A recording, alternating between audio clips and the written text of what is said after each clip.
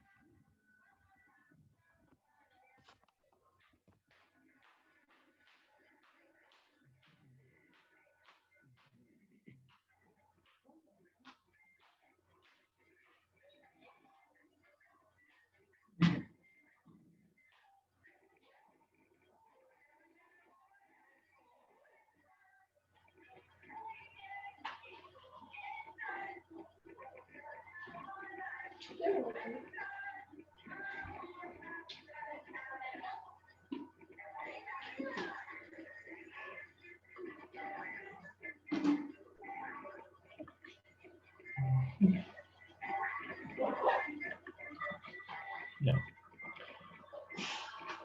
Vamos a comenzar pasando la asistencia del día de hoy.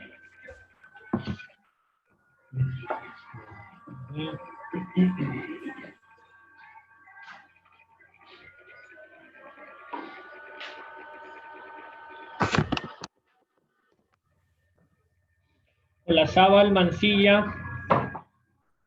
Presente, doctor. Buenas tardes. Buenas tardes.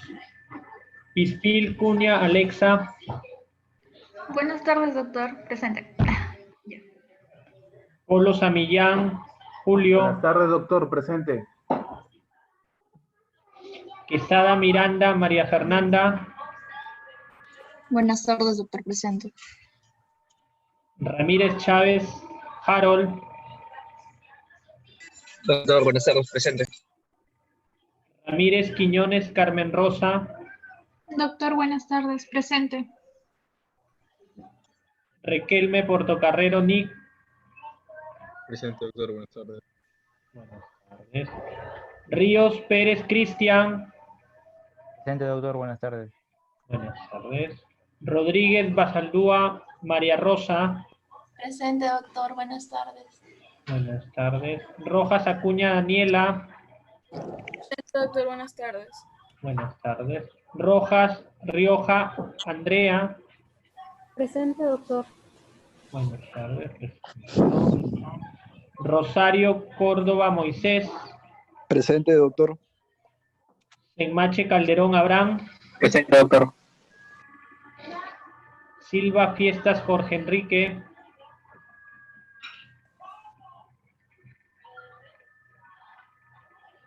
Silva Fiestas. Silva Santisteban. Presente, doctor. Sosa Rojas.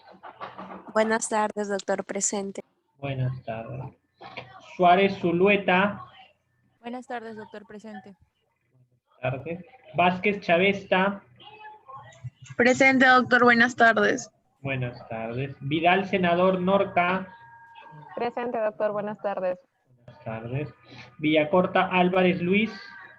Presente, doctor, buenas tardes. Juan Goicochea. Presente, doctor. Buenas tardes. Zamora Hidrogo Rosa. Presente, doctor. Buenas tardes. Profesor Silva Fiestas. Silva Fiestas, ya está ahí, listo. Gracias. Perfecto.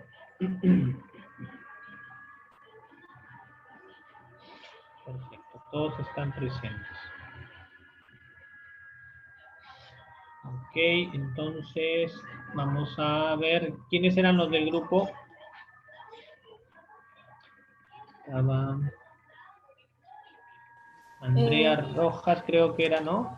Sí, doctor. Andrea Rojas, Alejandro Rosario, Daniela Rojas, Abraham Sinmache y María Rosa Rodríguez.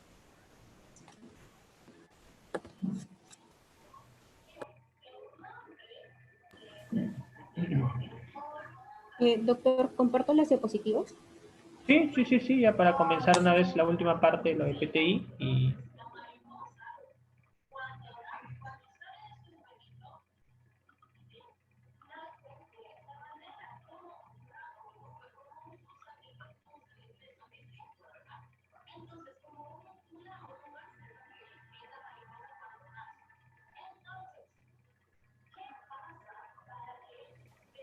Bueno, la última parte del seminario es sobre púrpura trombocitopénica inmune y principalmente vamos a ver que es una condición clínica caracterizada por la disminución de plaquetas en sangre periférica.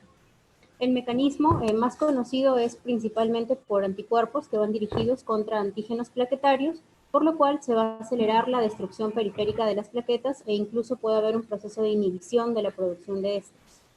A esta púrpura trombocitopénica inmune también se le conoce con otros dos nombres, que es la púrpura trombocitopénica idiopática o púrpura trombocitopénica autoinmune. Cualquiera de estas tres formas, se le puede llamar, pero actualmente se prefiere llamarle como trombocitopenia inmune debido a que es el mismo mecanismo, sí, pero algunos pacientes no llegan a presentar púrpura. Tiene tres características. La primera es que en un paciente se encuentra una trombocitopenia aislada, es decir, que el paciente solamente tiene un déficit de plaquetas, mientras que no tiene alteración en la hemoglobina y tampoco en los leucocitos. Además, bueno, lo propio que es el origen inmune y también que no hay esplenomegalia, ni visceromegalia, y tampoco adenopatía.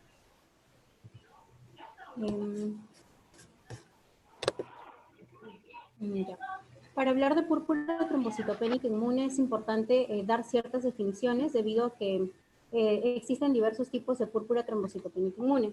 Por ejemplo, tenemos primero a la PTI primaria. Esta se refiere a una trombocitopenia menor a 100.000 plaquetas.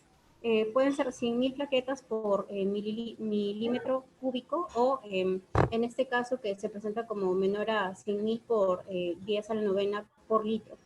Lo cual vendría a ser lo mismo, pero en este caso no está asociada a ninguna patología reconocible, mientras que cuando ya es una púrpura trombocitopénica inmune secundaria, esta ya es un déficit también menor a 100.000, pero acá ya se asocia a una patología reconocible, que en este caso podría ser lupus, o en algunos casos PTI secundaria artritis reumatoide, entre otros. También tenemos lo que es una PTI severa. En este caso ya es un paciente que viene con un recuento de plaquetas menor a 20.000, pero que además de esto puede presentar o no hemorragias, y por lo cual se le tendría que dar tratamiento sí o sí, presente o no indicios de hemorragia o hemorragia propiamente dicha. Y por último tenemos a lo que es la PTI refractaria. En este caso vendría a ser una PTI severa, como se había mencionado anteriormente, pero que se presenta después de la esplenectomía. Posteriormente vamos a explicar que la esplenectomía es un tratamiento de segunda línea, pero es el primero de los tratamientos de segunda línea que hay.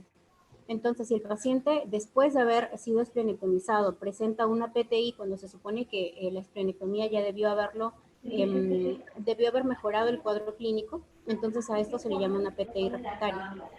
Y por último tenemos a una PTI inducida por fármacos. En este caso, el uso de ese fármaco va a generar anticuerpos plaquetarios que van a destruir las plaquetas.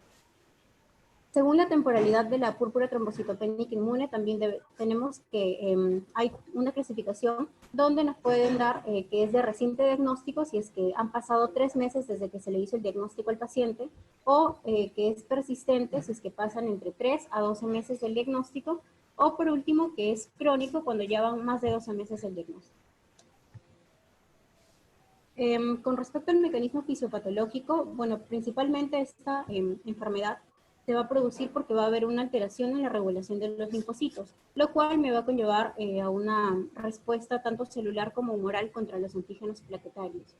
Es importante saber que en un porcentaje de los pacientes este mecanismo inmune se va a dar a nivel de megacariocitos, por lo cual va a comprometer la producción plaquetaria.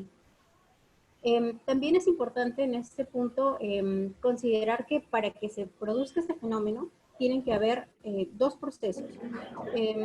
Puede ser cualquiera de ellos dos. Primero, que puede ser una infección o también puede ser una alteración inmune. En el caso de una infección, los anticuerpos que se van a producir contra los virus o bacterias que estén dentro del cuerpo van a producir una reacción cruzada que en lugar de atacar a los virus o bacterias, van a atacar a los propios antígenos que están en las plaquetas. Y por lo cual también va a disminuir tanto la producción como el número de plaquetas que está en sangre periférica. Este es el caso, por ejemplo, de VIH, de infección por citomegalovirus, también infección por virus de la hepatitis C, entre otros. Y para el caso de las bacterias, también puede ser una infección bacteriana, pero en este caso van a ser los productos bacterianos los que se van a terminar adheriendo a la superficie de las plaquetas, por lo cual también va a haber fagocitosis de estas y disminución en sangre periférica. El otro proceso, aparte de la infección, en este caso es la alteración inmune, ya que como va a haber una alteración en la homeostasis, se va a producir como una pérdida de la tolerancia periférica a estas plaquetas y por lo tanto también va a haber disminución de las mismas por el mismo proceso.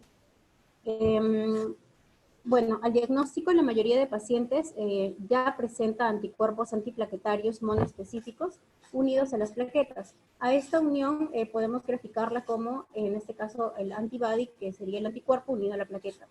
Y este complejo va a ser reconocido por los macrófagos y los monocitos mediante los receptores FcRe y, bueno, los van a fagocitar y los van a procesar. Una vez que sucede esto, van a generar nuevos péptidos antigénicos y como consecuencia mayor reclutamiento y activación de las células T. Y estas células T, los linfocitos T, lo que van a hacer es estimular a las células B y por lo tanto va a haber una mayor producción de anticuerpos y se va a hacer como un círculo vicioso en el que van a seguir formándose anticuerpos contra esas plaquetas y va a seguir disminuyendo el número de plaquetas en sangre. A todo este proceso se le llama ampliación de epítopes. Y también es importante en este punto del mecanismo fisiopatológico mencionar que se hicieron investigaciones en las cuales se evidenció que principalmente era una reacción mediada por inmunoglobulina G, por anticuerpos tipo inmunoglobulina G, y que estos iban contra antígenos específicos de la membrana. Pero este antígeno específico que se encontraba en la membrana de la plaqueta, se encontró que era principalmente la glicoproteína 2A3B. Bueno, con respecto al cuadro clínico, se tiene que indagar sobre si hay historia de sangrado. Esta, más que todo, va a ser una hemorragia temprana. Y la localización va a ser cutáneo-mucosa en caso de que sea una hemorragia espontánea. Además, se deben tener en cuenta cierto conteo de plaquetas, ya que, por ejemplo, plaquetas entre 30.000 a 150.000 no van a generar un sangrado espontáneo, pero sí pueden generar una hemorragia cuando hay traumas. Además que las plaquetas menores a 30.000 ya pueden generar una hemorragia espontánea, mientras que cuando las plaquetas son menores de 10.000, entonces ya se va a ver que van a producirse mayores complicaciones de la hemorragia severa. Además, la púrpura trombocitopénica inmune es una enfermedad que no va a cursar con adenomegalias, tampoco visceromegalia, pero existe una excepción en los niños, porque cerca del 10% de niños que han sido diagnosticados con púrpura trombocitopénica inmune tenían asplenomegalia. En lo que es el sangrado del sistema nervioso central, bueno, este es raro, pero mayormente se produce post-trauma. Y bueno, esta vendría a ser la causa más frecuente de muerte en pacientes adultos mayores. El signo más característico de la trombocitopenia es el sangrado mucocutáneo. Y podemos observar dos tipos de púrpura, una púrpura que es seca y otra que es húmeda. En el caso de la púrpura seca, en esta el paciente presenta petequias y equimosis. En cambio, en la púrpura húmeda ya va acompañada de sangrado. Puede haber epistaxis o puede ser un sangrado gingival o menometrorragias. Con respecto a la púrpura, esta va a ser entre 4 a 10 milímetros. Y bueno, esto se va a deber a que los vasos pequeños, los vasos sanguíneos pequeños, van a dejar escapar sangre bajo la piel. También tenemos que la petequia va a ser una hemorragia en piel, pero menor a de 2 a 5 milímetros de diámetro. Y se va a presentar más en zonas de mayor presión, que no hace relieve, es pruriginosa, no desaparece la digitopresión y su evolución puede ser de varios días hasta que desaparece. Mientras que la equimosis ya es un hematoma superficial y va a ser mayor a 1 centímetro o 10 milímetros, que es lo mismo. Y no se va a diseminar más allá de la piel. Dentro de lo que es el cuadro clínico es importante saber que se tiene que indagar también si es que hay patologías que puedan ir acompañadas de una trombocitopenia, como alteraciones, por ejemplo, a nivel hepático, o si es que el paciente consume ciertos fármacos que pueden disminuir también o pueden predisponer a la aparición de sangrados. También dentro de lo que es cuadro clínico, es importante diferenciar entre una PTI aguda de una PTI crónica, puesto que la PTI aguda se presenta más en niños de 2 a 5 años, mientras que la PTI crónica es principalmente de adultos jóvenes. La PTI aguda puede darse tanto en hombres como en mujeres, pero la crónica se da más en hombres, en una relación de 3 a 1, es decir que por cada 3 varones que tienen PTI hay una mujer. La presentación de la aguda es brusca y se tienen que indagar antecedentes de infecciones víricas entre los 10 a 20 días antes. Y en la crónica esta es insidiosa y no tiene antecedentes infecciosos. En la aguda podemos ver un recuento de plaquetas menor a 20.000, mientras que en la crónica es menor a 100.000. La aguda tiene una duración de 1 a 2 meses, es autolimitada, mientras que la crónica sí se mantiene, puede ir por meses, años. El pronóstico en una aguda es muy bueno y el pronóstico en una crónica es malo. Mientras que en el caso del tratamiento, la crónica siempre se trata y la aguda, bueno, va a depender porque siempre que tengamos un paciente con un recuento de plaquetas menor a 20.000, así tenga o no tenga sintomatología, como son las hemorragias, se le tiene que dar un tratamiento específico. A ver, hacemos nos detenemos ahí un momentito. Hasta el momento está bastante bien, bastante explicativa. Está justamente la denominación y siempre las definiciones hay que tenerlas en cuenta y bastante bien, sí, pues como tú dices ahorita, los términos, bueno, la terminología de púrpura trombocitopénica ha cambiado, ¿no? Ha variado en medio de los tiempos y pues sí, ahorita mayormente se maneja la terminología de una trombocitopenia inmune, porque justamente como tú comentas, no hay a veces la púrpura, ¿no? Y eso nos conlleva a una pregunta que yo les hice, ¿no? De la diferencia entre una púrpura, entre una petequia y entre una equimosis, ¿no? Que es la medida, y justamente las medidas son las que has dado. En relación a la medida, siempre te dicen que la petequia es de 2 milímetros a menos, ¿ya? En relación a la púrpura es hasta 10 milímetros, de mayor de 2, menor de 10, y la equimosis, ¿no? Es mayor a 1 centímetro o a 10 milímetros, ¿no? Hasta 5 centímetros. Mayor a eso ya se considera un hematoma, usualmente, ¿ya? Entonces, pero, bueno, esos son los cambios en cuanto a la parte de la definición. Siempre tener en cuenta las características de la púrpura, ¿no? ¿Por qué? ¿Por qué tenemos que tener las características de la púrpura? Porque tenemos que diferenciarla también de los otros tipos de lesiones, o de la famosa púrpura alérgica o de la púrpura vascular, ¿no?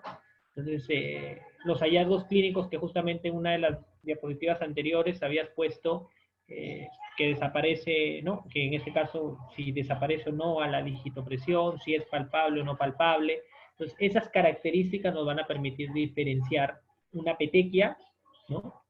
De otros tipos de lesiones, incluso una petequia o una púrpura, porque esos tipos de características igualmente las puedes aplicar a la púrpura, porque la púrpura en realidad, si es verdaderamente púrpura, no debes palparla. Es más, la que es considerada púrpura palpable, como se da en el síndrome de Jenosch-Schönlein, es justamente una púrpura que no es por una trombocitopenia, sino es por un problema vascular, más que todo, ¿no? Entonces, esas características siempre tenerlas en cuenta porque es parte de su semiología y de su examen físico que ustedes van a hacer y poder diferenciar. Porque si les viene un paciente, por ejemplo, con púrpuras que son palpables, ustedes lo primero que les viene a la mente es que probablemente eso no sea un problema plaquetario, sino sea un problema vascular, porque las púrpuras y las petequias no se deberían palpar, ¿no? Entonces, en cuanto a la definición, en cuanto al tiempo, la clasificación en cuanto al tiempo está bien, ¿no? Ahorita ya se utiliza aguda o crónica, usualmente la aguda es cierto, es menor, es en mayor medida en niños, y es más, en la mayoría de las púrpuras o de los PTIs agudos no se tratan. Las plaquetas o el cuadro remite espontáneamente algunas veces. Se puede llegar a utilizar terapias con inmunoglobulina humana en el caso de que el paciente presente sangrado, y muchas veces la terapia con inmunoglobulina humana basta y sobra para darle al paciente con PTI agudo, sobre todo en los pacientes pediátricos. Pues con eso se ha visto que en promedio los PTI responden a un 90 a un 95% al uso de inmunoglobulina. PTI o púrpura que no responde a inmunoglobulina, empiezas a dudar de que verdaderamente se trate de una PTI, pues no. Claro, hay menos de un 5% que no responden. Es cierto que dentro de ese menos del 5% que no responden pueden estar PTI como otras causas, ¿no?, diferentes a PTI. Entonces, es muy importante eso. La edad, sí es cierto. Usualmente en los adolescentes, adultos jóvenes, la púrpura del PTI tiende a cronificar, ¿no? Tiende a hacerse un PTI crónico en algunos de ellos, y en algunos de ellos pues el manejo ya requiere segundas o terceras líneas dependiendo de lo que estamos, ¿no? Listo, continúa.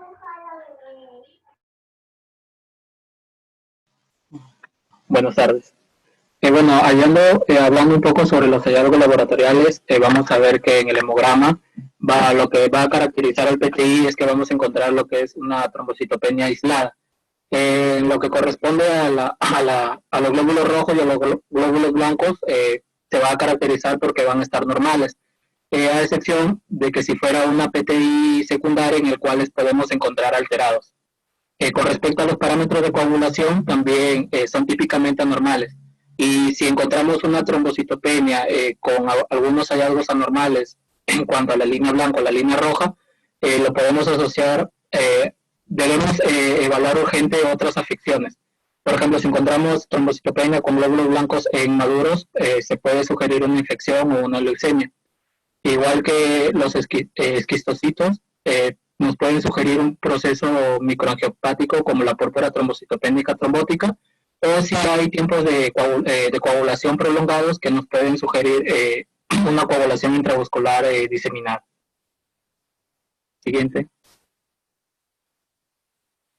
Con respecto al diagnóstico, no hay una prueba diagnóstica específica para el PTI y se tiene que llegar al diagnóstico por descarte. Se debe hacer una revisión de lo que es la lámina periférica para descartar las posibilidades de una pseudotrombocitopenia o satelización de los leucocitos por recta, o si hay presencia de megaplaquetas. También se debe hacer un estudio de médula ósea en el cual se va a encontrar hipercelularidad a predominio de las series megacariocítica y en menor grado eritroide. También se debe solicitar pruebas de laboratorio para eliminar las causas secundarias como es VIH, hepatitis C, brucela, TBC o enfermedades autoinmunes como es el lupus, síndrome antifosfolipídico, artritis reumatoide y neoplasias como la leucemia linfática crónica, el linfoma o cáncer de pulmón.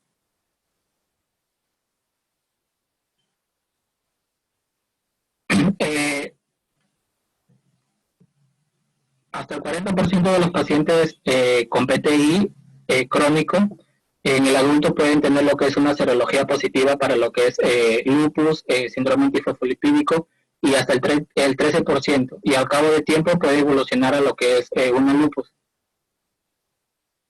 El estudio de la médula ósea en los pacientes mayores de 50 años con sospecha de PTI sirve para hacer un descarte de posibles síndromes mielodisplásicos. Con respecto al tratamiento, como ya dijo mi compañera, se va a clasificar en lo que es un PTI agudo y un PTI crónico.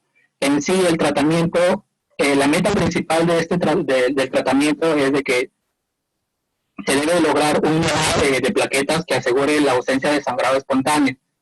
Toman como referencia valores mínimos de 50.000 plaquetas.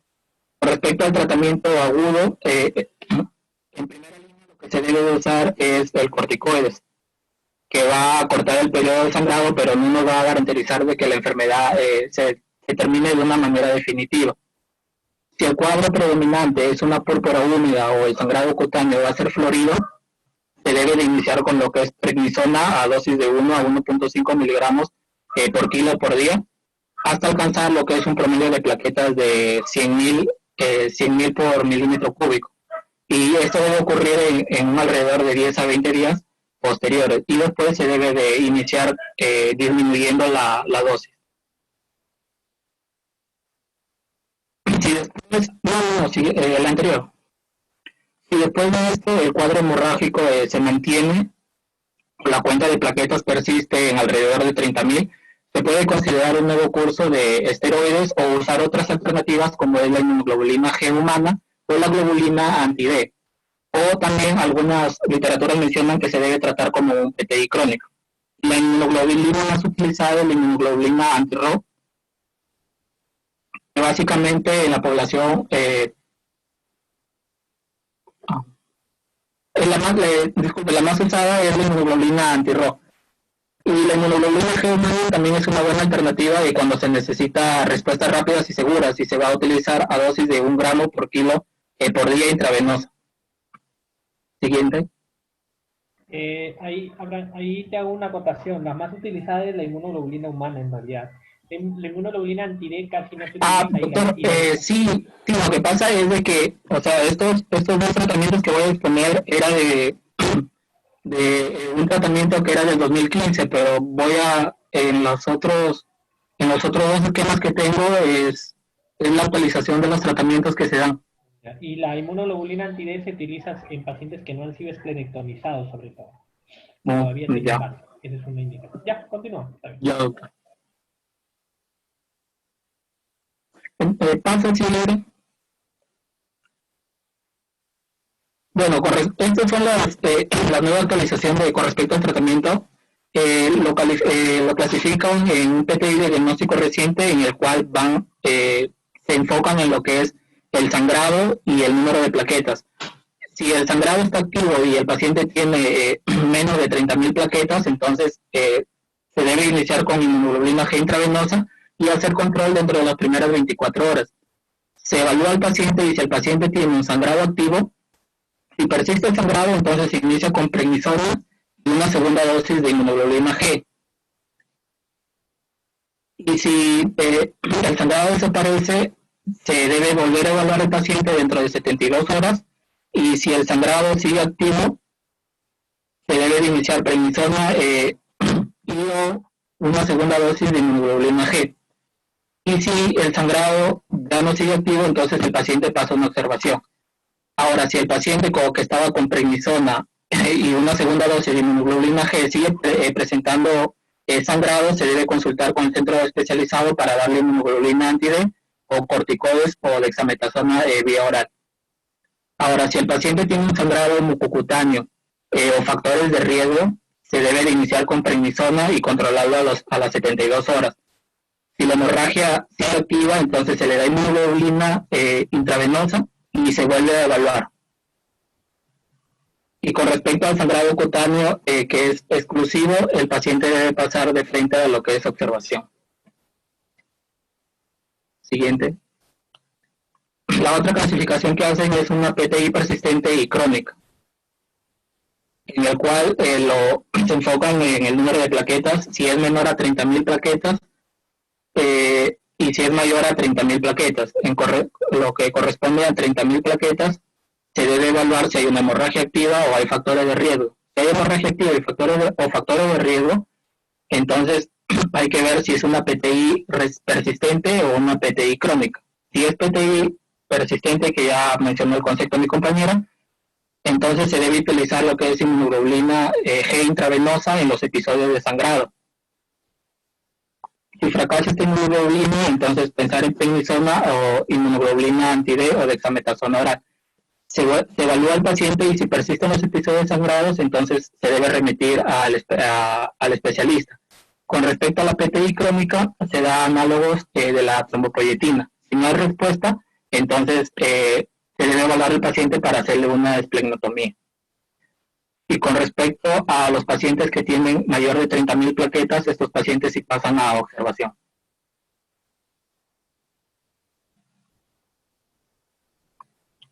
Después hay recomendaciones para lo que es el manejo de las urgencias con riesgo vital.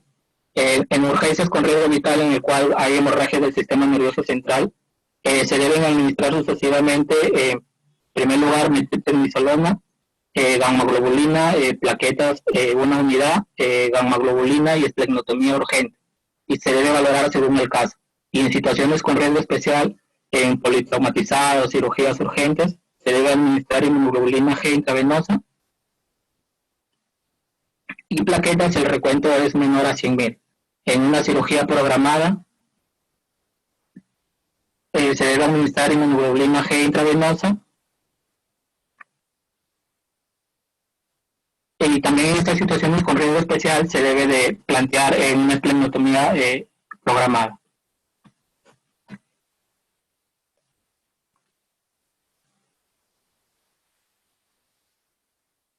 Bueno, las conclusiones, la primera conclusión es que el diagnóstico de hemofilia se basa en el dosaje del factor de coagulación correspondiente, que es menor a 40%, y la presencia del tiempo de tromboplastina activada está alargado.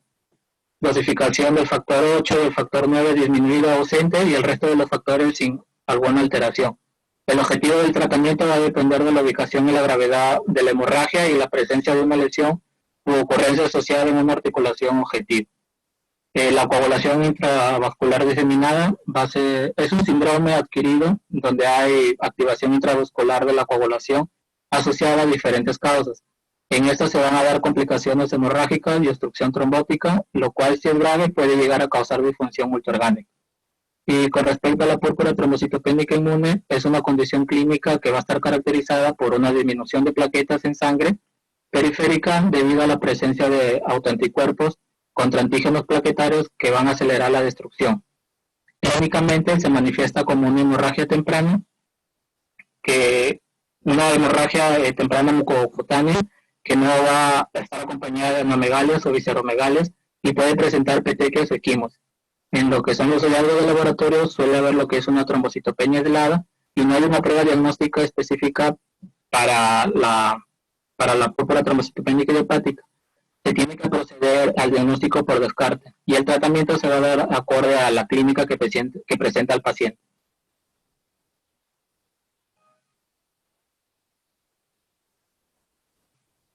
Eso sería todo.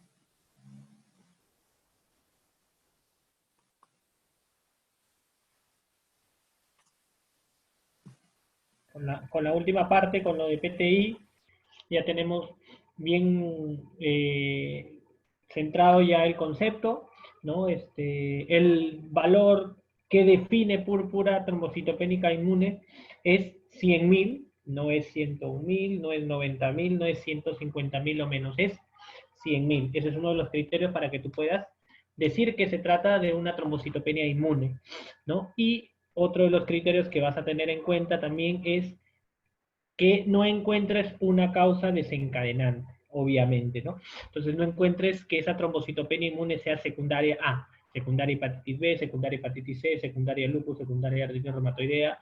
Entonces, una vez que tú has llegado a eso, podrías decir que la trombocitopenia inmune es un diagnóstico de exclusión, ¿no? Que es el término correcto, es un diagnóstico de descarte o de exclusión, ¿no? Entonces, la clasificación que puede ser de acuerdo a la respuesta, que puede ser de acuerdo al tiempo, ¿no? PTI agudo, PTI crónico, ¿no? Los tipos de lesiones que tú encuentras, sobre todo los tipos de sangrado que se relacionan con el PTI, que son más sangrados, digamos, leves, algunos dependiendo el recuento de plaquetas, pero hay pacientes que a pesar de que tienen recuentos de 1000 plaquetas, no hacen sangrados severos, pero sí tienen riesgo de sangrados en órganos blancos definitivamente, ¿no?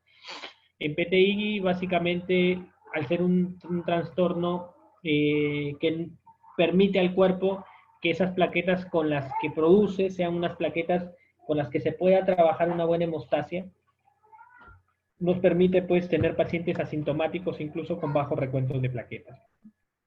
El manejo va a depender de sobre qué terreno me estoy encontrando en el paciente, si el paciente viene por sangrado agudo, no viene por sangrado agudo, si el paciente es un diagnóstico o un hallazgo en un estudio de rutina laboratorial o en un estudio de rutina por algún procedimiento que se va a hacer. Entonces, hay que tener en cuenta siempre esto para poder valorar qué o cuál va a ser la medida que yo voy a utilizar.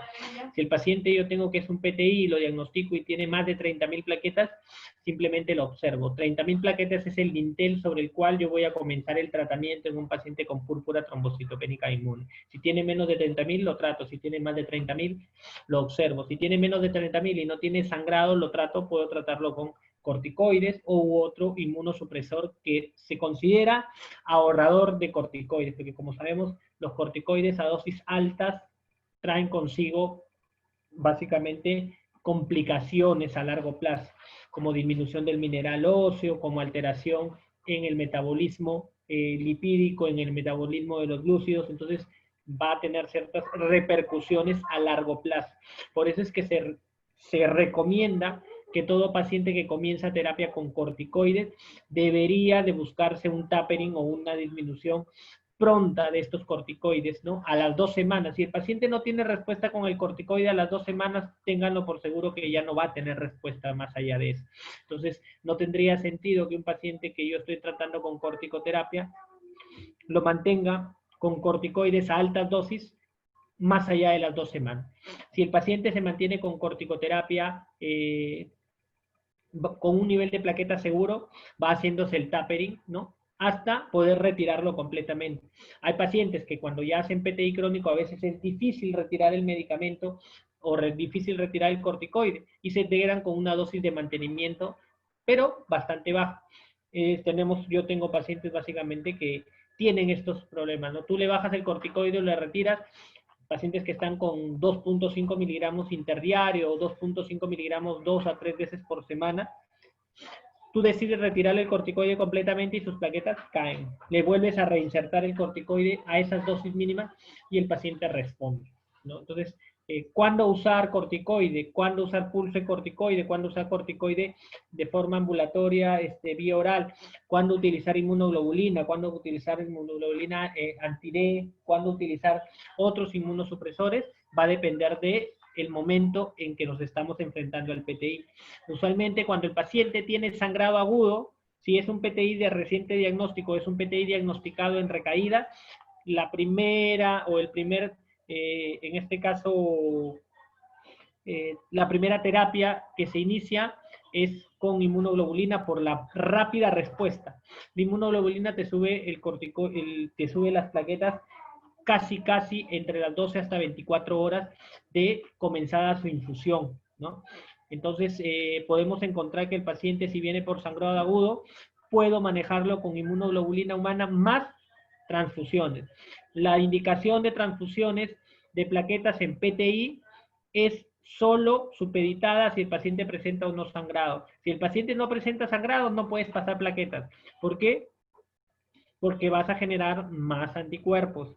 Es ideal que paciente con PTI que tú transfundes plaquetas sea del mismo grupo y factor y sea plaquetas por aféresis. Con eso tú disminuyes el riesgo de que el paciente te haga reacciones cruzadas, que el paciente te haga más formación de anticuerpos o que te haga una reacción asociada a la transfusión, ¿no? Y que obviamente tengas un mayor rendimiento y una menor tasa de posibilidad de patologías o enfermedades infecciosas asociadas a transfusión, ¿no? Las dosis, pues, son las que justamente ha comentado ahí su compañero, de inmunoglobulina, 400 miligramos, ¿no? Por 4 días, o 1 gramo kilogramo por un día, que se puede repetir la dosis si es que el paciente presenta respuesta. Como le vuelvo a repetir, PTI que no responde a la inmunoglobulina, duden de que sea PTI. ¿Hay un porcentaje de PTIs que no responden a inmunoglobulina? Sí. Están dentro de ese 5% que no responde a la inmunoglobulina, ¿no? Pero entonces ya empiecen a barajar otras posibilidades como que fuera una trombocitopenia asociada a un proceso infeccioso o que podamos estar incluso ante un problema medular. En cuanto al corticoide, la dosis es igual de 1 a 1.5 miligramos kilogramo por día de prednisona o su equivalente.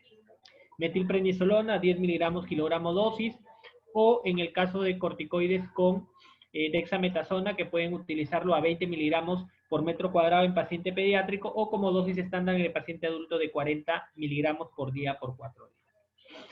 Otros medicamentos utilizados en la línea del tratamiento son el micofenolato o el ácido amicofenólico, el danazol, que de una manera indirecta, bueno, su función de esta medicación o este antiandrogénico no estaba diseñado para funcionar justamente de esta manera, pero se dieron cuenta de que indirectamente estimulaba los receptores de la trombopoietina e incrementaba el número de recuento plaquetario, por lo cual también se ha considerado dentro de la parte terapéutica, pero no de la parte terapéutica estándar. Es más, algunas guías de tratamiento no la mencionan, ¿no? Las guías españolas son las que más mencionan esto y algunas guías americanas, pero las americanas más se basan en el tratamiento con corticoides y con el trombopac o romiplastin, que son otros dos medicamentos que son estimulantes o agonistas del receptor de la trombopoietina, que son medicamentos que se utilizan en la tercera línea de tratamiento.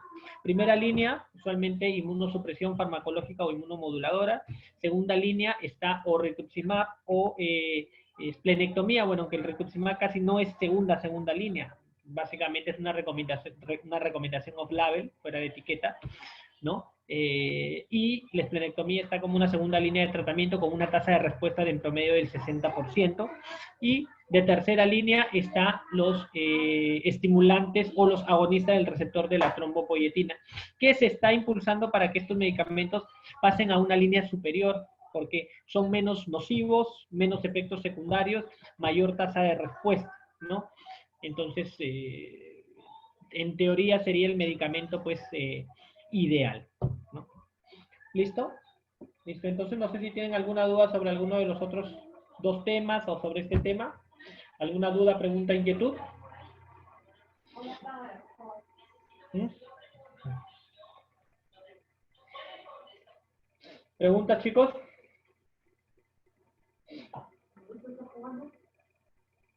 ¿Nada?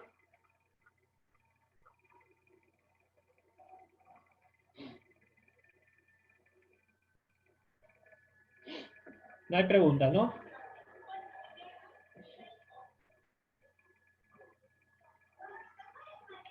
Listo, entonces, pasamos al tema, ¿ya? Pasamos al tema del día de hoy, ¿ya?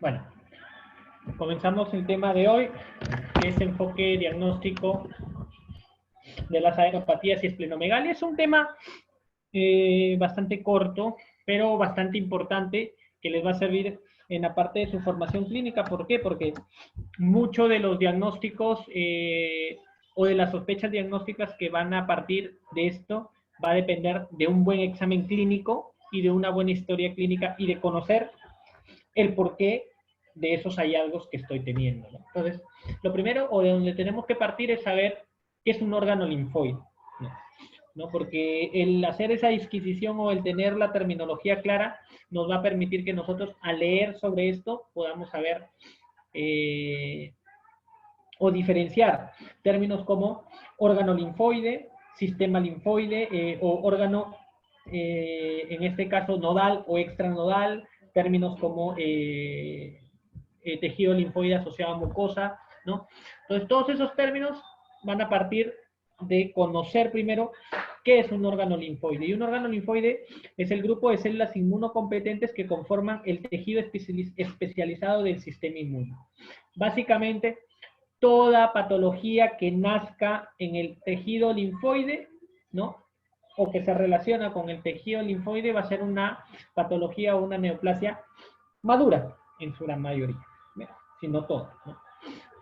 Entonces, hay que tener en cuenta esto, que el órgano linfoide puede ser partícipe como centro primario de una neoplasia, o puede ser partícipe como una infiltración de una neoplasia diferente, como una metástasis, como un órgano metastásico, básicamente. Entonces, ya tenemos que un órgano linfoide, entonces, es el grupo de células inmunocompetentes que conforman el tejido del sistema inmune, un tejido especializado. Entonces, en la mayoría de textos van a encontrar órganos linfoides primarios y órganos linfoides o centrales y órganos linfoides secundarios o periféricos, ¿no? Entonces, los primarios son el lugar donde se origina y maduran los linfocitos a través de mecanismos de linfopoiesis con adquisición de características antígeno independientes. O sea, en estos sitios no necesariamente tiene que haber células presentadoras de antígenos ni contacto con el antígeno, es independiente de antígeno esta maduración. Por lo cual, en este tipo de órganos, principalmente hay un tipo de selección independiente justamente pues, del antígeno, ¿no? Y lo que se busca es que no hayan células usualmente... Ya.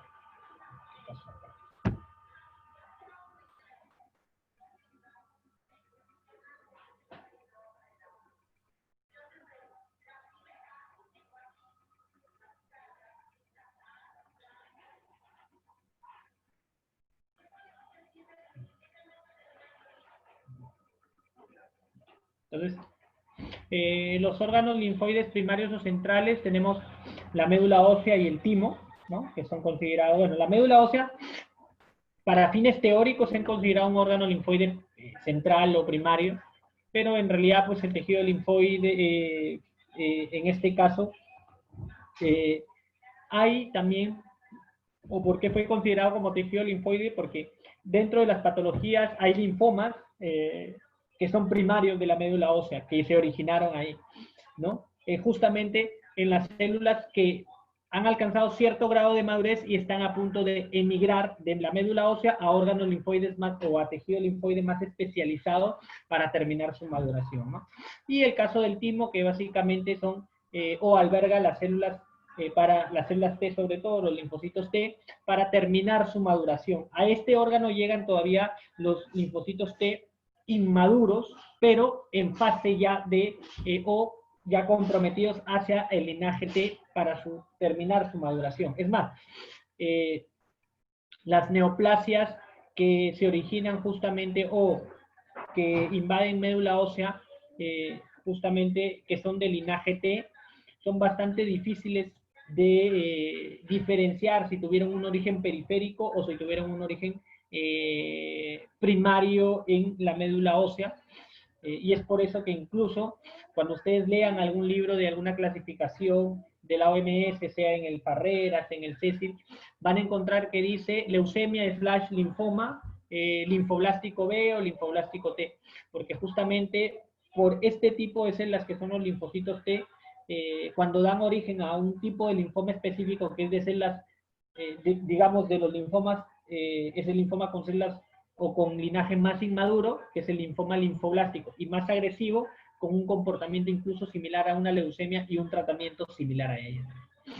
Los órganos o los tejidos linfoides secundarios o periféricos, tenemos el lugar donde se lleva a cabo la activación de los linfocitos maduros, como dice acá, a través de la presentación de antígenos o con antígenos de diversos orígenes. Entonces, aquí vamos a encontrar que estos órganos van a llevar a el tipo de selección o a incrementar la apoptosis de células que son autorreactivas con antígenos propios, ¿no? Y las que no son autorreactivas son seleccionadas para seguir madurando y seguir siendo más especializadas contra un antígeno en específico. Es aquí también los términos que se utilizan a veces, ¿no? De de lo que es de la selección positiva o selección negativa, ¿no? Dentro de los órganos, en este caso, linfoides secundarios, tenemos los ganglios linfáticos, el tejido linfoide asociado a mucosas o el famoso MAL, que básicamente lo encontramos en este caso, en el tracto digestivo, el anillo de Waldeyer, que básicamente es MAL, ¿no? Es un tejido linfoide asociado a mucosas, y el vaso, que es un órgano linfoide. La estructura de un ganglio linfoide la tenemos acá, ¿no? Que básicamente va a estar conformada aquí, como tenemos, ¿no?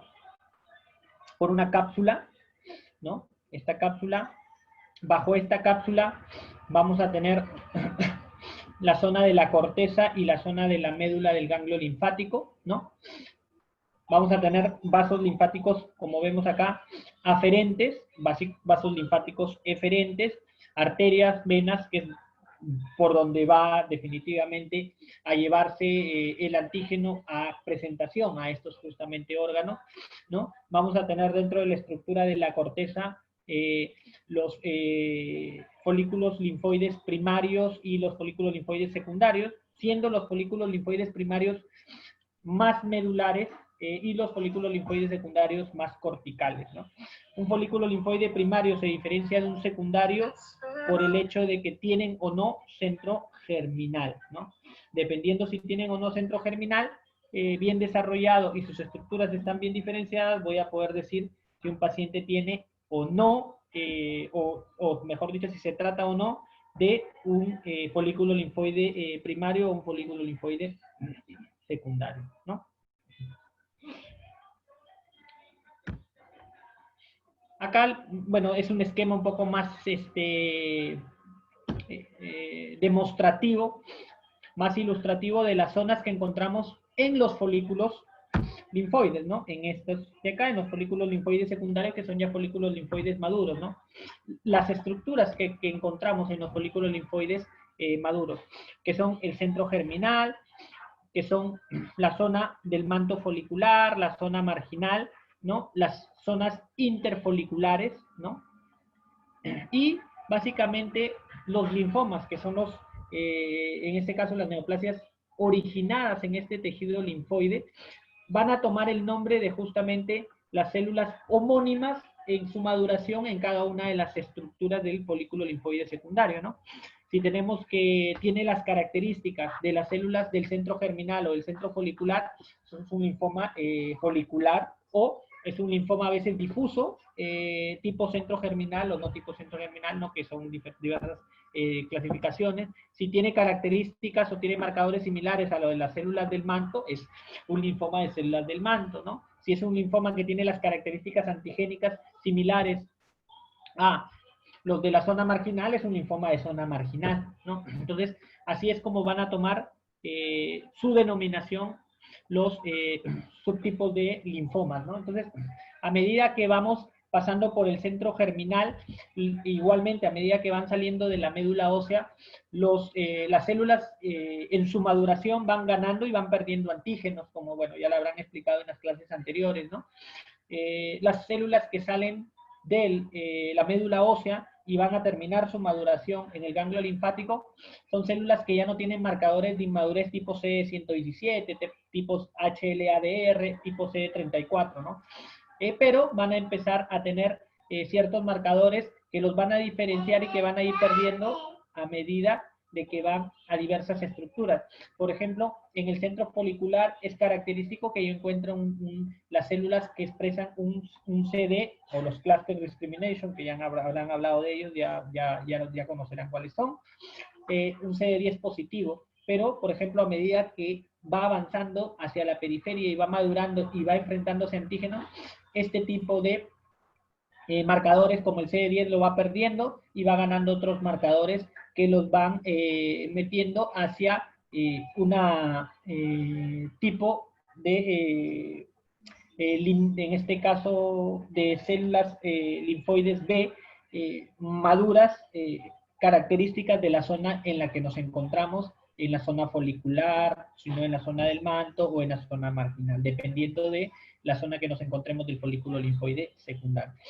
Finalmente, pues esta célula va a salir como una célula ya de memoria inmunológica, o que la última fase es la formación de las células plasmáticas, que estas células plasmáticas, algunas de ellas van a hacer una, lo que llamamos nosotros un vuelta a casa, un come back home, o lo que llamamos nosotros un anidamiento a la médula ósea, ¿no? Y es por eso que cuando hay una alteración justamente en esta parte de la maduración, este anidamiento o este come back home o este volver a casa, volver a la médula ósea de estas células plasmáticas, son las que originan el famoso mieloma, que es una de las patologías que ustedes ya han estudiado, ¿no?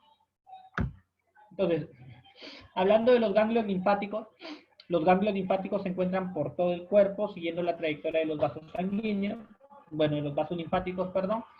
La respuesta inmunitaria condiciona la expansión de uno o más componentes celulares de los ganglios linfáticos, ¿no?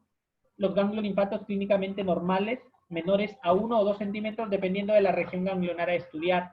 En general, si le hacen la pregunta, un ganglio linfático, ¿cuál es la medida que debe tener? Clínicamente, menos de 2 centímetros. De 2 centímetros a más es un ganglio linfático crecido, o considerado una adenopatía, una adenomegalia, una linfadenopatía o una linfaadenomegalia. Si ustedes encuentran un ganglio linfático de 1.5, de 1.2, de 1.3 centímetros clínicamente, simplemente consideran un crecimiento ganglionar, pero no es considerado adenopatía, adenomegalia, linfadenopatía o linfaadenomegalia. El punto de corte es 2 centímetros o 20 milímetros, ¿no? Las regiones o territorios ganglionares que tenemos que evaluar, ¿no? Son estas de acá, siendo tomadas bilateralmente en ciertos tipos de clasificación y siendo tomadas como regiones en otros tipos de clasificación. Cuando nosotros hablemos mañana de linfomas y hablemos de la clasificación de Ann Arbor, vamos a hablar de territorios o regiones ganglionares, por ejemplo, región cervical, región axilar, región inguinal, región epitroclear, ¿no? Salvo la región iliar, que es considerada bilateral, el resto de regiones es considerada justamente así, como regiones, no hay lateralidad. Y cuando hablemos del Ann Arbor ya le voy a explicar para qué nos va a servir esto. Que es diferente en el caso de nosotros hablar de las evaluación de los nódulos linfáticos afectados en el linfoma folicular, ¿no? Aquí tenemos las regiones, pues, axilar, epitroclear, tenemos la región mediastínica, bueno, que no la vamos a poder evaluar clínicamente, igual del anillo de Waldeyer, región cervical, supraclavicular, inguinal, poplitea, todas las regiones donde encontramos ganglios. Pero sabemos que no en todos los lados del cuerpo encontramos ganglios, ¿no? Si encontramos una tumoración a nivel de músculos dorsales, ahí sabemos que no hay adenopatías, o si encontramos en la región que usualmente donde se pueden confundir con adenopatías es en la parte de la región submentoniana, que a veces se pueden considerar o se pueden confundir, ¿no? Con ciertos tipos de quistes que muchas veces pueden dar la falsa impresión de una adenopatía, o en la región inguinal, que a veces se pueden confundir con una hernia inguinal, ¿no? Que hay ciertas maneras de poder disquisicionarla y hay ciertos estudios auxiliares o exámenes auxiliares que permiten disquisicionarla, ¿no? Entonces, ¿por qué se produce una adenopatía, ¿no? Una adenopatía se produce por una de 3 razones, ¿no? Porque hay un aumento de los folículos linfoides con proliferación de sus componentes, y este incremento o esta proliferación de sus componentes puede ser reactivo, como en el caso de un proceso como una mononucleosis infecciosa, por una infección por citomegalovirus o Epstein-Barr, que genera una mononucleosis infecciosa, por una infección tipo hepatitis B, hepatitis C, por un VIH, que a veces puede producir crecimiento, ¿no? Otras posibilidades que pueden provocar, por ejemplo, el crecimiento localizado cuando tenemos algún proceso infeccioso justamente en una zona bastante adyacente o bastante cercana a esa adenopatía, ¿no? O en el caso de neoplasias, pues definitivamente este crecimiento que es un crecimiento incontrolado, un crecimiento que digamos, se sale de la normalidad y que no es reactivo a nada, son básicamente los crecimientos que se dan de manera neoplásica en unos linfomas, ¿no? En los linfomas que podemos encontrar este tipo de crecimiento. Una de las características principales del ganglio linfático que está aumentado de tamaño por un proceso reactivo es que en los procesos reactivos la arquitectura del ganglio se conserva. Yo sigo notando que el ganglio linfático tiene su centro germinal, sigo notando que el ganglio linfático tiene su zona del manto, su zona marginal, pero en el caso de un crecimiento linfático que es asociado a una neoplasia, se borra la arquitectura del ganglio. Y esa es una de las características principales. Anatomopatológicamente, ¿cómo distingo un ganglio linfático, ¿no?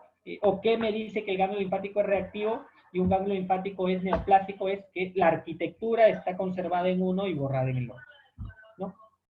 Otra de las causas por qué se produce crecimiento ganglionar es por infiltración de células neoplásicas extrañas, como en el caso de una metástasis, el famoso ganglio de Virchow, una metástasis gástrica, o en las metástasis retroperitoneales que se pueden dar pues por un sarcoma, o en las metástasis que se pueden dar por un tumor de ovario, un tumor de cervix, ¿no? Y en otros casos también por hiperplasia del sistema mononuclear fagocítico y por los tesaurismos, ¿no?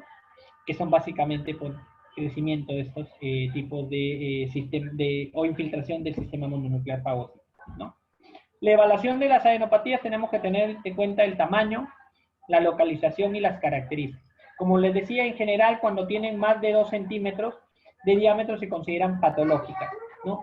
¿Dónde están? También nos interesa, porque una adenopatía que yo encuentro retroauricular, usualmente la gran mayoría son benignas, ¿no? Pero es diferente que si yo encuentro una adenopatía inguinal o axilar, que tienen cierta connotación dependiendo del tamaño y dependiendo de otras características con las que vayan, ¿no? Las características de las que hablo, con las que pueden ir, son si tiene unos signos de flogosis, si está indurada, si es dolorosa o no dolorosa, y si es localizada o generalizada, ¿no? Una adenopatía que es dolorosa, poco móvil, adherida a planos, no dolorosa, poco móvil, adherida a planos, que no tiene signos de flogosis, ¿no? Nos hace pensar en que esa adenopatía podría ser una adenopatía neoplásica, ¿no? Entonces, dentro de las localizaciones, algunas localizaciones nos pueden invitar a pensar ciertas patologías relacionadas, ¿no? Si yo tengo adenopatías cervicales bilaterales, podría pensar en una mononucleosis infecciosa, una toxoplasmosis, ¿no? Si yo tengo cervicales unilaterales, a veces me invita a pensar en ciertos síndromes linfoproliferativos como la enfermedad de Hodgkin, linfomas no Hodgkin, ¿no? O neoplasias faríngeas. Acuérdense que los linfomas de Hodgkin mayormente su crecimiento es lento y por contigüidad, lo que los diferencia de los no Hodgkin, que es un crecimiento más difuso, más centrífugo, ¿no? Adenopatías retroauriculares que me hacen pensar en patologías tipo rubiola, supraclaviculares, axilares unilaterales, en mujeres, por ejemplo, pensar en un cáncer de mama, si está cerca, si encontramos un ganglio linfático axilar y tenemos una masa en región mamaria, pues obviamente nos va a invitar a pensar en de que podría haber un problema aquí, ¿no? Entonces, en la evaluación de las adenopatías, la anamnesis minuciosa con la edad del paciente y el contexto clínico global son importantes.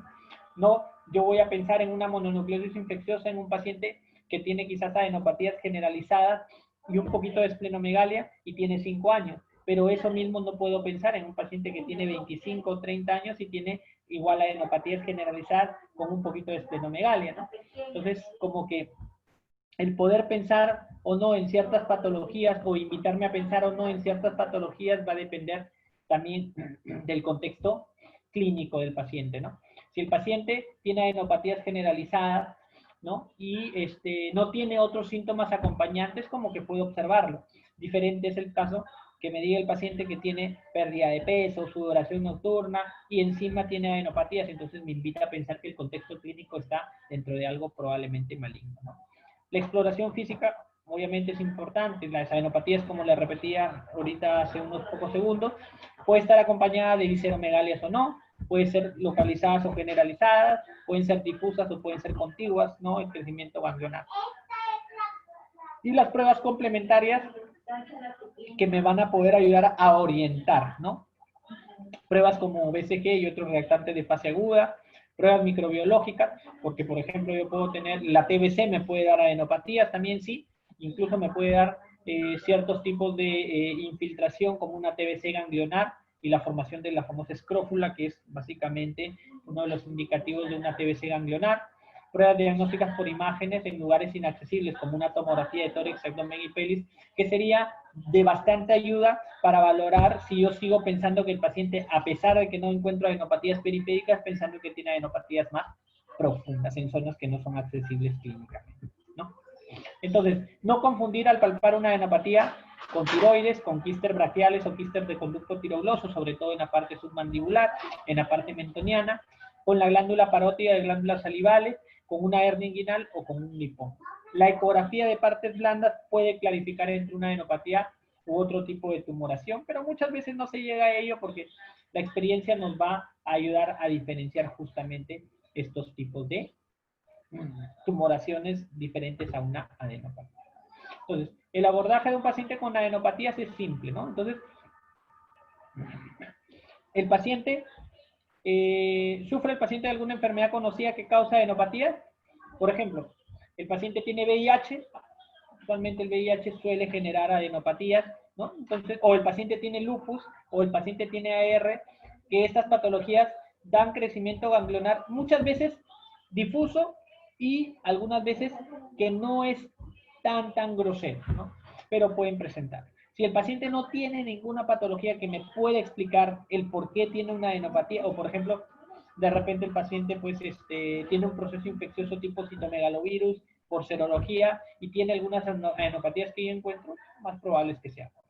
Pero si no encuentro una causa aparente, tengo que ver entonces, en este caso, si existe o alguna infección evidente, ¿no? Como ya les comentaba, y si esto no existe, en este caso se trata de ganglios muy grandes o con qué características, si están adheridos a planos, si no están adheridos a planos, ¿no? Entonces, que sugieran malignidad sobre todo. Los ganglios usualmente los que sugieren malignidad son ganglios grandes, ganglios que son pétreos, adheridos a planos, que no son dolorosos, ¿no?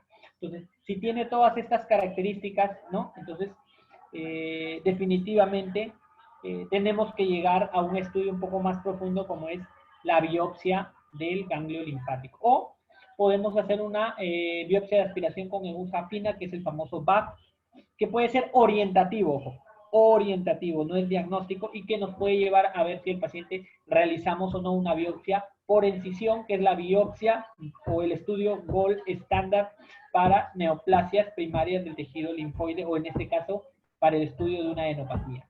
Es el gold estándar para el estudio de una adenopatía, es el o la biopsia por incisión, ¿no? Entonces, si no se comprueban, como dice acá, ninguna de estas patologías, ¿no? Se deben de realizar otros exámenes como hemograma, estudios de imágenes, serologías virales, ¿ya? Y si estas no aportan datos para controlar, como dice acá, si estos no aportan datos, controlar al paciente, tenemos que seguirlo al paciente por cierto tiempo, y si los ganglios no experimentan regresión ni ningún cambio, deberíamos realizar quizás una nueva biopsia, si es que esta no se ha hecho y se ha hecho un BAP, o hacerla pues definitivamente, ¿no? O sea, si la biopsia ya se ha hecho, volver a rebiopsiar, ¿no? Si el paciente pues esta adenopatía no ha presentado regresión, porque obviamente podemos encontrar incluso en algunos pacientes zonas ganglionares que pueden no estar afectadas por un linfoma y otras zonas ganglionares que sí, ¿no? Ha habido pacientes que hemos encontrado a veces en la zona inguinal un linfoma y a veces le sacabas una adenopatía cervical que no encontrabas nada. Entonces, muchas veces aparecen nuevas adenopatías que nos permiten poder al paciente reorientar y poder nuevamente tomar otras muestras que nos puedan guiar en el diagnóstico, ¿no? Entonces, los métodos para valorar los ganglios linfáticos, tenemos la exploración física, las pruebas de imágenes y la obtención de muestras, ¿no?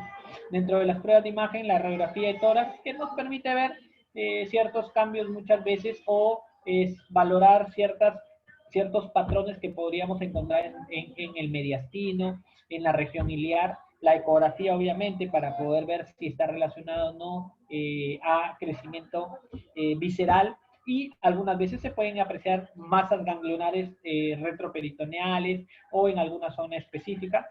La tomografía, que es el gold estándar también, pero dependiendo de ante qué estamos, podríamos pasar a realizar un PET-CT, que sería uno de los estudios primarios para estadiaje, sobre todo en y que incluso ya está dentro de, digamos, de indicación de primera línea para estadiaje en los pacientes con linfoma Hodgkin, por ejemplo, el PET-CT, ¿no? La obtención de muestras mediante punción aspiración con aguja fina, biopsia con aguja gruesa o biopsia en cisión, ¿no?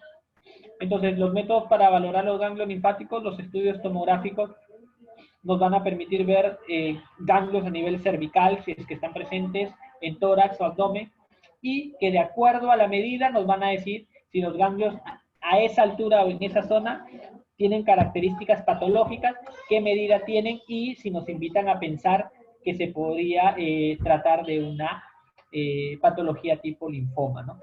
Ojo que nos podría orientar, nos podría dar una sugerencia, pero no nos va a hacer el diagnóstico de linfoma o de alguna patología primaria o una patología infiltrativa del ganglio linfático. Quien nos va a dar esa información al final es la biopsia por incisión, ¿ya?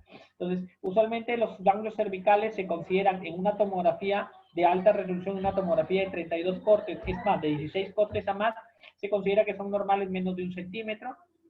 En el tórax se consideran normales menos igual de 1 centímetro, limítrofes menos de 1.5, y esta medida de 1.5 se toma sobre todo cuando se da tratamiento. ¿Por qué? Porque cuando se da tratamiento el ganglio linfático debería regresionar a su tamaño natural o a su tamaño normal, que es de 10 milímetros a menos, ¿no? Pero si está entre esta variante de 10 milímetros o 1 centímetro a 1.5 centímetros, se considera una zona de penumbra en la cual tendríamos que evaluar si lo que ha quedado es simplemente tejido residual y no hay, en este caso, afección activa. ¿Y quién nos va a diferenciar eso? La parte metabólica del ganglio. ¿Y quién va a estudiar una parte metabólica del ganglio? El PET scan o el PET-CT. Igualmente con las adenopatías abdominales, ¿no? Listo, entonces. Eso es en cuanto a la evaluación del ganglio linfático. Ahora vamos a pasar a la evaluación del vaso. No sé si por el momento hay alguna duda con respecto a esto, alguna duda, pregunta, inquietud. Disculpe, doctor, ¿qué dijo? ¿Cómo se evaluaba la parte metabólica del vaso? Del ganglio. Ah, la parte metabólica nos ayuda a evaluarlo con el PET-CT, con el PET scan, ¿ya? El PET-CT es en este caso, una mezcla, si lo queremos llamar así, de la tomografía con emisión de positrón, el famoso PET.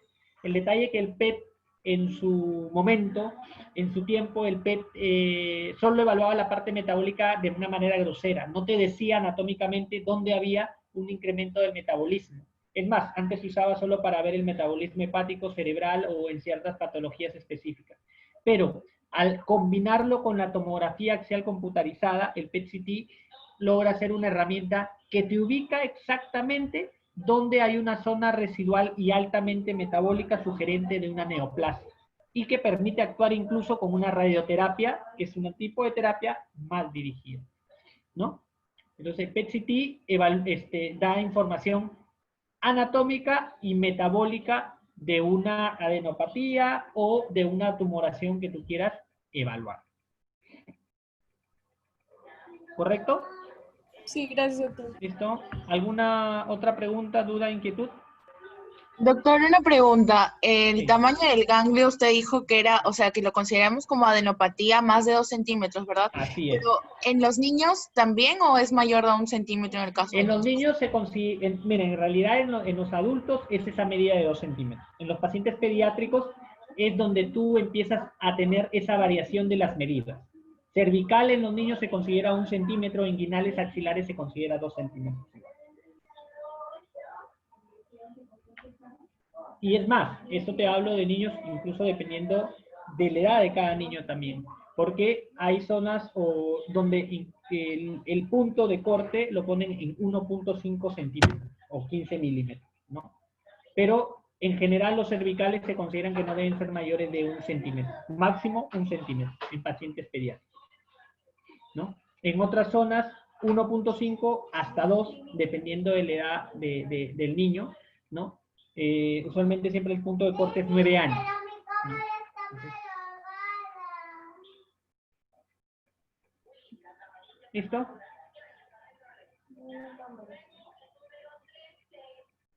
¿Listo? ¿Alguna duda, pregunta, inquietud más? Chicos. Doctor, Dime. el tiempo en el que el ganglio permanece también indica malignidad o algún proceso. O sea, por ejemplo, un ganglio, no sé si en cáncer los ganglios permanecen por más tiempo o simplemente duran algunos días y luego remiten. Bueno, es una muy buena pregunta. Hay ganglios. ¿Qué sucede cuando tú haces ejercicio, no?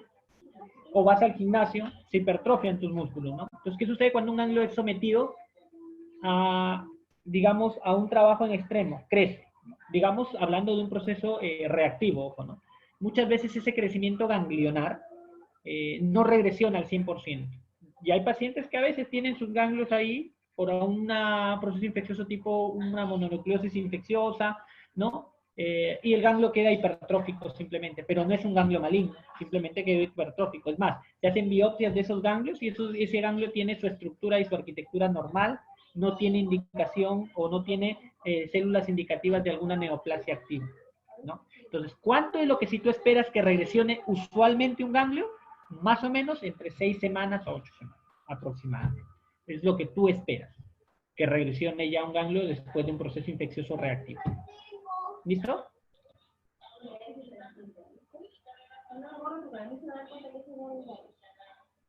¿Sí? Listo, chicos. Vamos, me esperan un segundito, voy a ir por un vaso con agua.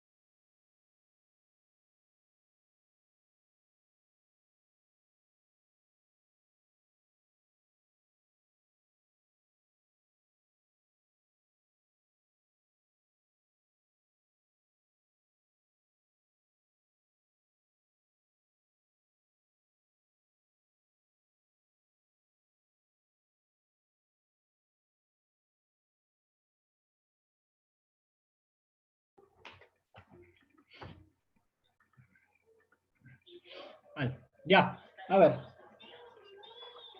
Entonces, ¿tenemos alguna otra pregunta con respecto a la parte de adenopatías, ¿no? Para antes de pasar a la parte del vaso.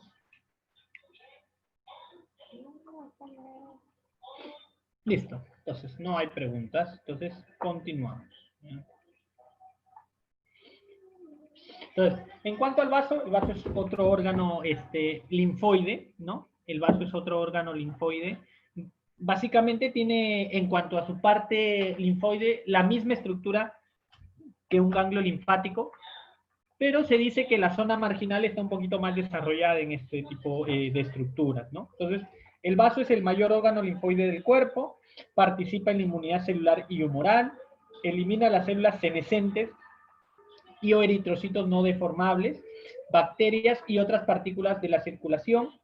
En circunstancias anormales, el vaso puede ser sitio de hematopoiesis extramedular, porque acuérdense, cuando nosotros estudiamos lo que es la parte del inicio de la hematopoiesis. La hematopoiesis tiene su primer lugar o su inicio ¿en dónde? ¿Recuerdan dónde comienza la hematopoiesis? En el saco vitelino. Más o menos a qué edad en el embrión, ¿se acuerdan? Cuarta, quinta semana.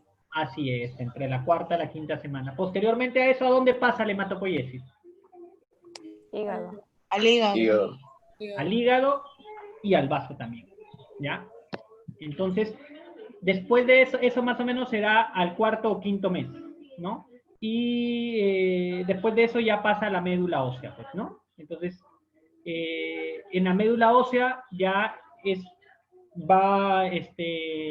cuando es en el momento del nacimiento, todos los huesos del cuerpo son, digamos, productores de elementos hematopoyéticos, y posteriormente, según la ley de Newton, va centralizándose, quedando solo como únicos órganos o como únicas estructuras óseas hematopoyéticas, la parte de las costillas, esternón, ¿no? Y los huesos de la pelvis, principalmente, y los huesos del cráneo.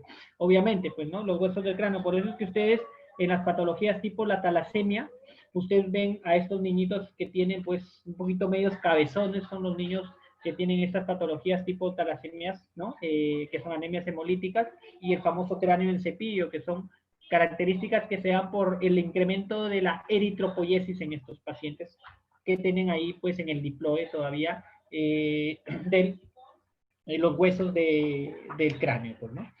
Entonces, el tamaño del vaso usualmente es de 12 centímetros por 7 centímetros de ancho, y pesa entre 100 a 150 gramos, ¿no? Las funciones del vaso las tenemos aquí, ¿no? La función hematopoyética en un inicio, como vemos en la vía intraútero, posteriormente ya esa función la pierde, queda rudimentaria, pero la puede volver a tomar en ciertas patologías, como en la mielofibrosis primaria, ¿no? Una función hemocaterética, una función inmunológica, de reserva sanguínea y de aclaramiento del sistema mononuclear fagocítico, ¿no? Hemocaterética, por ejemplo, como decían ahí, en la destrucción de elementos senescentes, ¿no? Inmunológica, sobre todo en la respuesta inmunológica contra, en la maduración de algunas células, ¿no? Del sistema linfático, sobre todo linfocitos B, bueno, aunque la maduración principalmente se da en los ganglios linfáticos, pero aquí también hay ciertas zonas donde puede madurar y donde puede enfrentarse a ciertos antígenos, y sobre todo inmunológica contra gérmenes encapsulados, ¿no? Que ya conocemos nosotros cuáles son los principales gérmenes encapsulados contra los cuales el vaso tiene una función inmunológica preponderante. ¿Cuáles son esos? ¿Se acuerdan? Meningococo. Meningococo. Neumococo también. Neumococo y Haemophilus. Haemophilus influenzae. ¿No? Esos son los 3 gérmenes contra los que todo paciente que no tiene vaso, sea por una esplenectomía quirúrgica o una esplenectomía funcional, deben de estar vacunados, ¿no?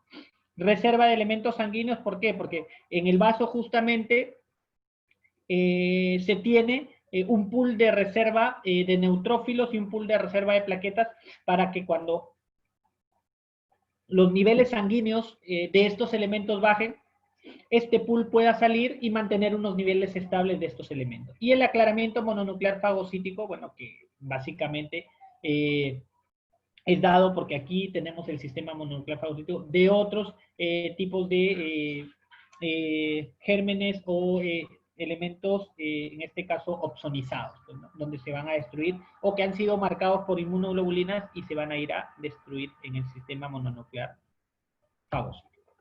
La estructura del vaso, tenemos que el vaso tiene una estructura, una cápsula, ¿no? Tenemos que en su estructura tiene la famosa pupa roja, que básicamente son sinusoides hepáticos, sinusoides o vasos sinusoidales, ¿no? Básicamente es una región bien vascularizada, ¿no? Y en la pupa blanca es donde se encuentra la estructura de tejido linfoide, que va a tener una conformación similar a la de un ganglio linfático compuesto por folículos linfoides primarios, folículos linfoides secundarios, zonas interfoliculares, ¿no? Como vemos acá, básicamente, ¿no? Esto es parte de la pupa blanca y aquí vemos un folículo linfoide, ¿no? Este es un folículo linfoide, básicamente, ¿ya?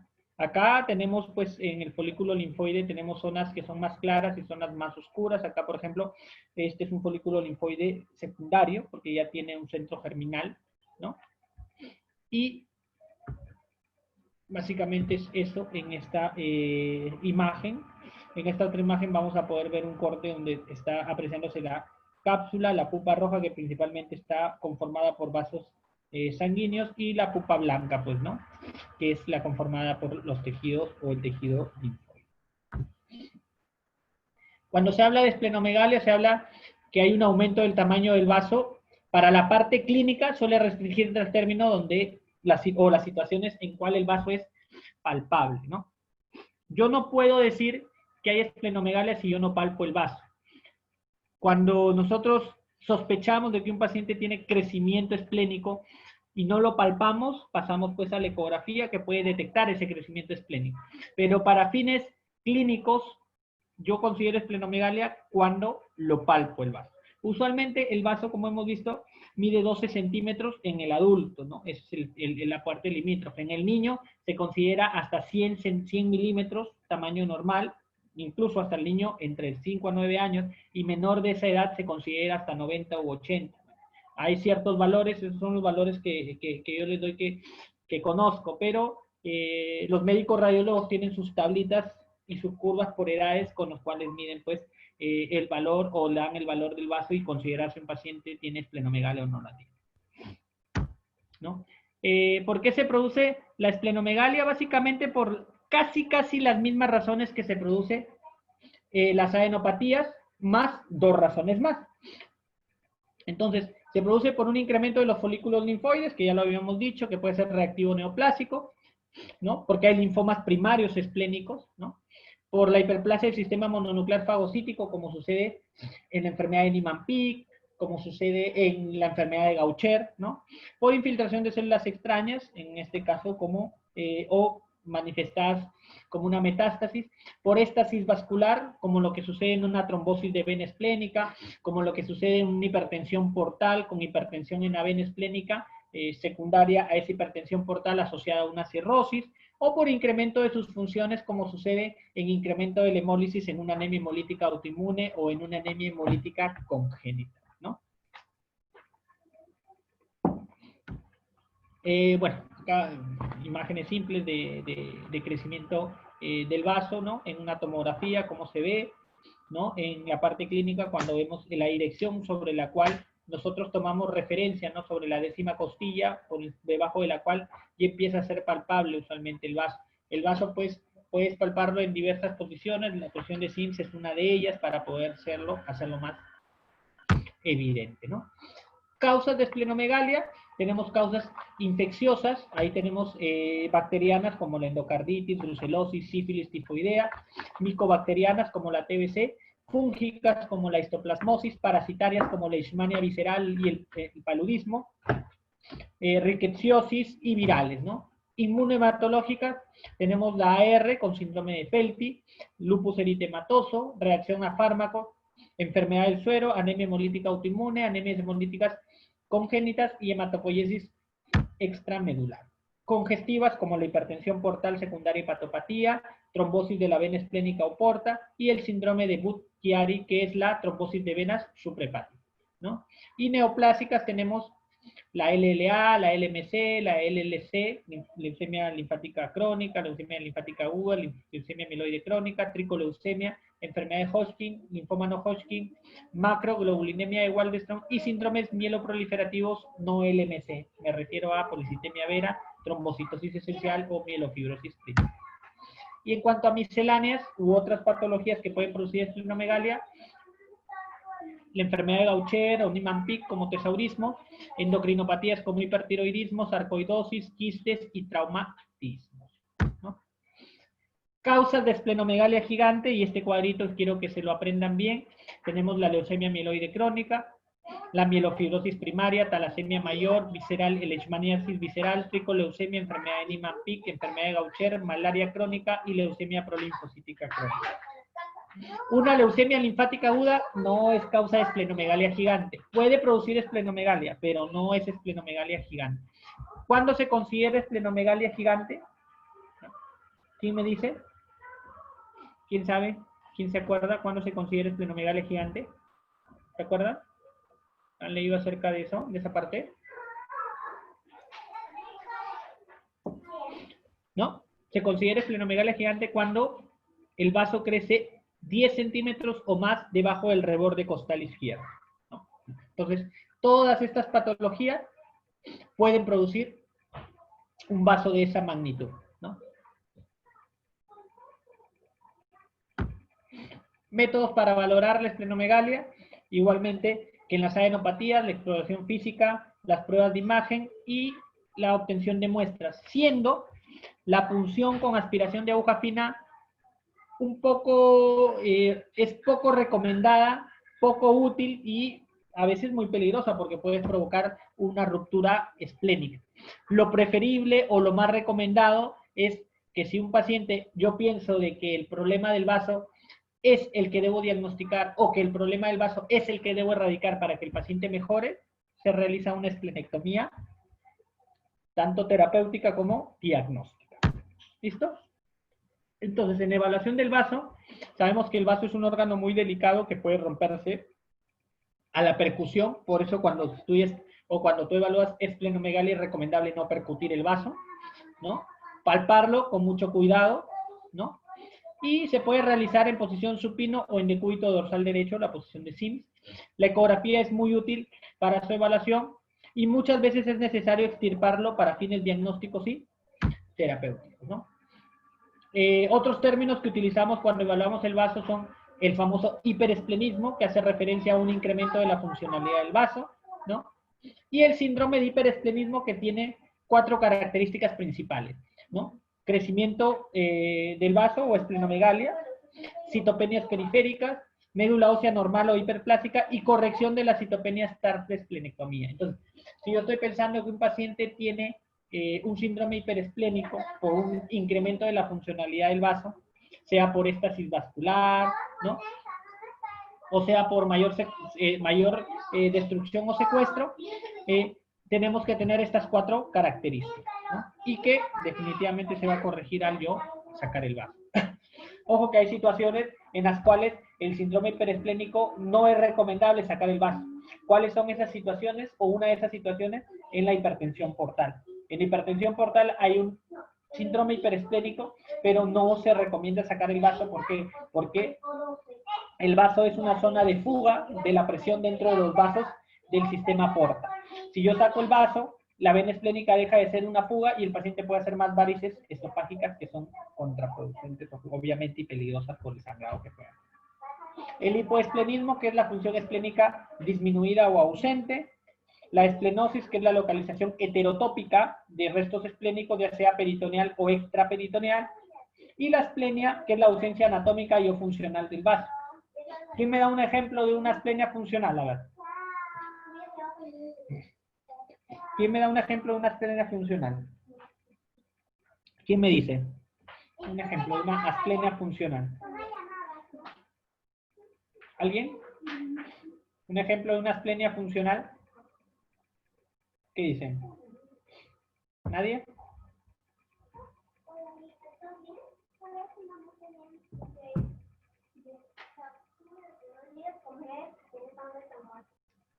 ¿Enfermedad de Gaucher? Doctor. De Gaucher, no tanto. La enfermedad de Gaucher hay un hiperesplenismo, sí, pero no una asplenia funcional. La anemia falciforme te puede provocar una asplenia funcional. ¿Por qué? Por infartos esplénicos, ¿no?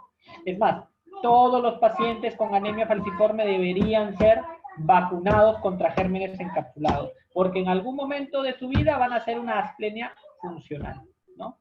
Entonces, ahí uno de los ejemplos más característicos, pues, ¿no? Y en este algoritmo diagnóstico tenemos un acercamiento para la evaluación de un paciente con esplenomegalia, ¿no? Entonces, me gustó bastante este cuadro, este algoritmo, porque tiene la esplenomegalia relacionado con el hemograma, ¿no? Si un paciente tiene esplenomegalia y un hemograma alterado, ¿en qué sentido el hemograma alterado? Si el hemograma presenta anemia, ¿no? Entonces, si el paciente tiene esplenomegalia y anemia, le hago un test de Kuhn para ¿Por qué? Porque una de las posibilidades de que el paciente tenga solo anemia y crecimiento vascular sea que se esté destruyendo los glóbulos rojos, ¿no? Entonces le hago un test de Coombs. Si este sale positivo, es una HAI, o una anemia hemolítica autoinmune, ¿no? Y si es negativo, pensar de que podríamos estar frente a otro tipo de anemia hemolítica, si solo la afectación es de la serie roja. Si el paciente tiene un hemograma alterado que presenta o que se describe como pancitopenia, y le hacemos un recuento de reticulocitos y este sale alto, decimos que hay un hiperesplenismo, ¿no? Si este sale bajo, tenemos que ver si en la lámina periférica encontramos blastos o linfocitos vellosos que nos indiquen que se trata de una leucemia aguda o que se trata de una tricoleucemia, que son causas de esplenomegalia, incluso esplenomegalia gigante, la tricoleucemia, y de pancitopenia. Si en el hemograma alterado las características alteradas son que aumentan los leucocitos, los hematíes pueden estar aumentados o las plaquetas, los tres o alguno de ellos, ¿no? Y encontramos también, en este caso, incremento de los leucocitos con mielemia, o sea, incremento de leucocitos con muchos segmentados, con muchos abastonados, metamielos, promielos, podríamos estar frente a un síndrome mieloproliferativo crónico.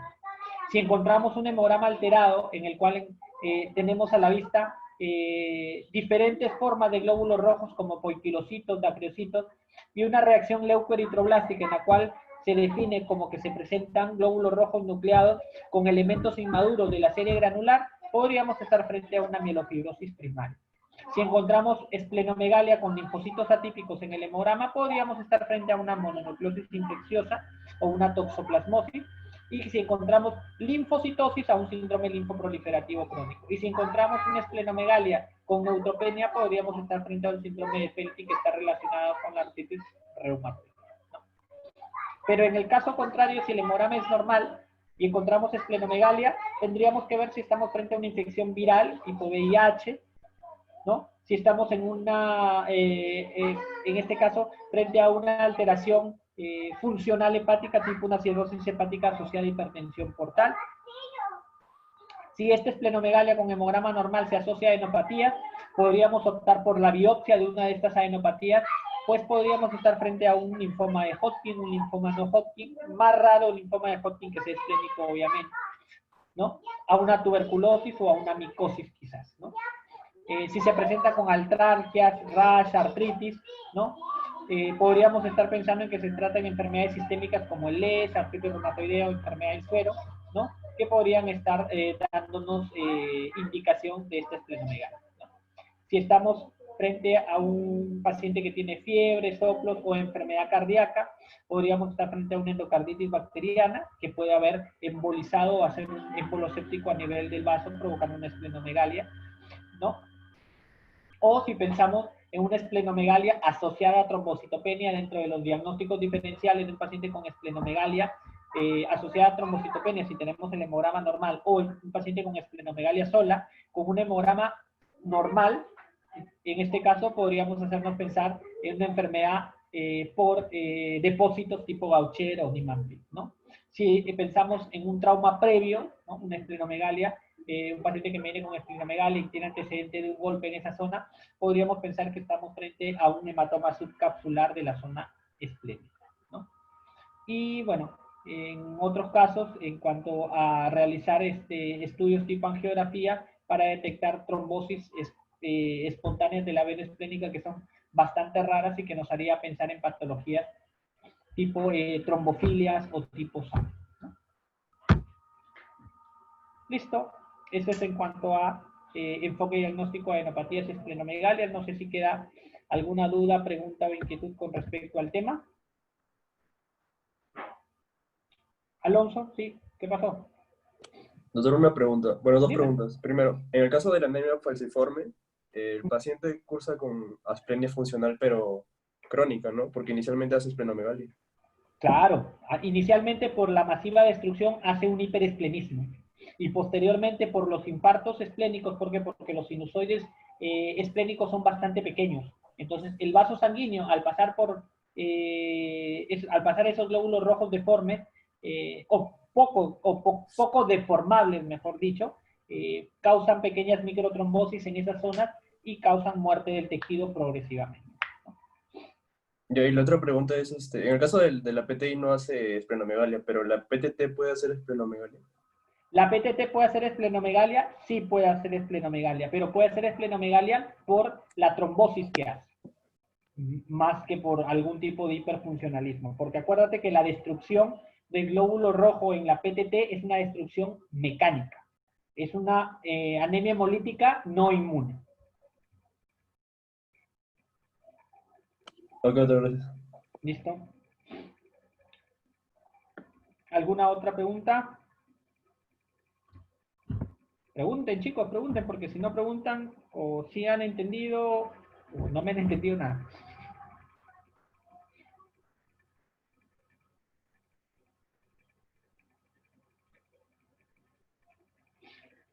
Listo, pues entonces, al no haber más preguntas, mañana tenemos su seminario de linfomas, que es bastante pesadito. Entonces vamos a tener un receso de unos 15 minutos mañana, o 10 minutitos, porque linfomas de Hodgkin, no Hodgkin y LLC es un tema bastante pesado, bastante complejo. Hay que tratar de sacar solo lo específico, atenerse al temario que les he dejado ahí colgado en el aula virtual. Y si hay alguna duda, pregunta, inquietud, me escriben al WhatsApp o me dan una llamada. Pues. ¿Listo? Angie, ¿tienes una pregunta? Sí, levantaste la mano, dime, ¿qué pasó? Cuéntame. Doctor, una pregunta. Cuando usted mencionó el cuadro de las causas de adenopatías cervicales, una fue, creo, mononucleosis infecciosa. Creo que ahí en la tabla solo mencionó las causas malignas, ¿no? Porque, bueno, cuando hay procesos infecciosos, en realidad son considerados adenopatías, perdón, o son considerados solamente crecimiento de ganglios linfáticos. Ahí está, y muy buena pregunta. Cuando tú tienes un paciente que tiene 2 centímetros a más, es considerado adenopatía, adenomegalia, linfoadenopatía, linfoadenomegalia. Ese es el término. Cuando es de 1.9, que claro, va a ser bien difícil que lo midas, salvo que tengas tu reglita ahí, pero tú lo haces más o menos, como dice, al ojo.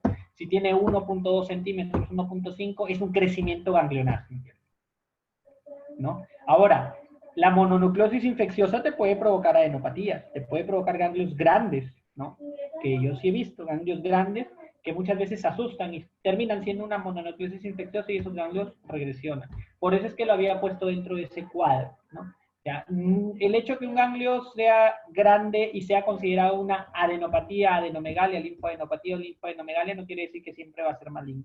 ¿Hay causas benignas? Sí, que son más raras, claro está, o menos pensables, porque si tú tienes un ganglio linfático grande, con características pues como que es poco doloroso, como que es adherido a planos, poco móvil, pues ya te va indicando o vas ya orientándote a que sea una causa maligna, muy probable.